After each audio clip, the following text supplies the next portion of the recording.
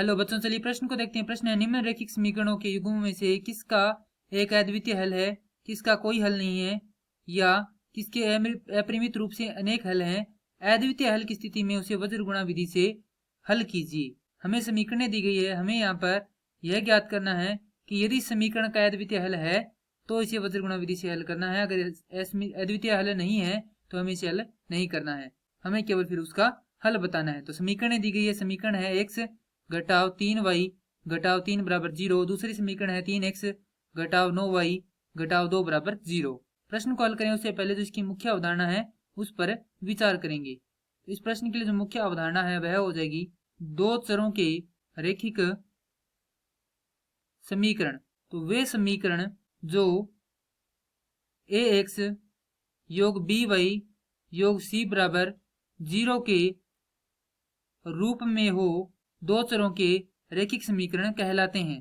अब समीकरणों को लिखेंगे। समीकरण है x घटाव 3y घटाव 3 बराबर 0। दूसरी समीकरण है 3x घटाव 9y घटाव 2 बराबर 0। ये समीकरण इस रूप में है। प्रथम समीकरण है a1x योग b1y योग c1 बराबर 0। द्वितीय समीकरण है a2x योग b2y योग c2 बराबर 0।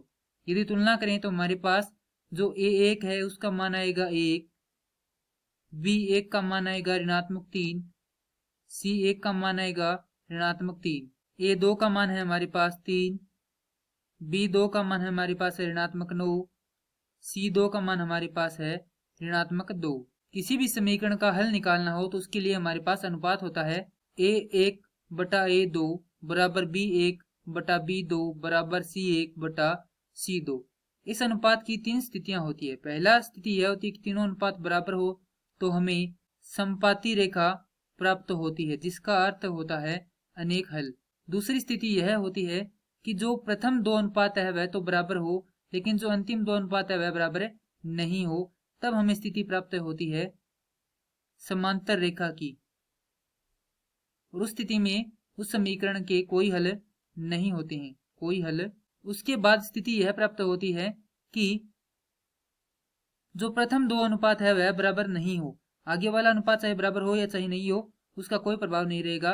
अगर प्रथम दो अनुपात बराबर नहीं हो तो उससे हमें जो स्थिति प्राप्त होती है वह प्राप्त होती है प्रतिच्छेदी रेखा की। और प्रतिच्छेदी रेखा का अर्थ होता है एक ही हल या अद्वितीय हल, अर्थात जिसका कोई दूसरा हल ना हो, केवल एक ही हल हो।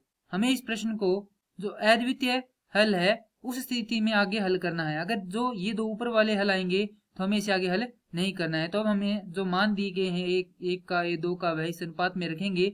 जो बराबर हैं उनके बीच में बराबर का चिन्ह लगाएंगे, जो बराबर नहीं उनके मध्य बराबर नहीं का चिन्ह लगा देंगे। और फिर स्थिति की जो तुलना है वह करके देखेंगे किस प्रकार का हल हमें प्राप्त हो रहा है। तो पहला मान है a1 का 1, a2 का मान है 3। दूसरे में देखते हैं b1 का मान हमारे पास है ऋणात्मक 3 भाग b2 का मान है ऋणात्मक 9। उसके बाद c1 का मान हमारे पास है ऋणात्मक 3 और उसके बाद है c2 का मान ऋणात्मक 2। पहले इनके मध्य बराबर का चिन्ह लगा लेते हैं। अब देखिए ऋणात्मक से ऋणात्मक यहाँ पर कट जाएगा, यहाँ पर भी ऋणात्मक से ऋणात्मक कट जाएगा। अब आगे इसको हल करेंगे तो प्राप्त होगा यहाँ पर 1/3 बराबर 3 से 9 को काटेंगे तो यह भी क्या प्राप्त होगा 1/3 और बराबर 3/2। और जैसा कि हम जानते हैं कि ये जो अंतिम वाले दो पद हैं ये बराबर नहीं है। क्यों बराबर नहीं है? क्योंकि यहाँ पर यदि 1/3 अनुपात आ रहा होता तो ये बराबर होता। यहाँ पर 1/3 अनुपात नहीं आ रहा तो ये बराबर नहीं है।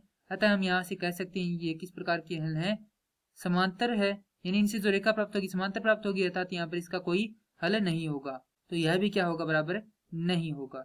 अर्थात हम यहाँ से कह सकते हैं कि इन समीकरणों के कोई हल नहीं है, अतः हमें इन्हें आगे हल करने की आवश्यकता नहीं है।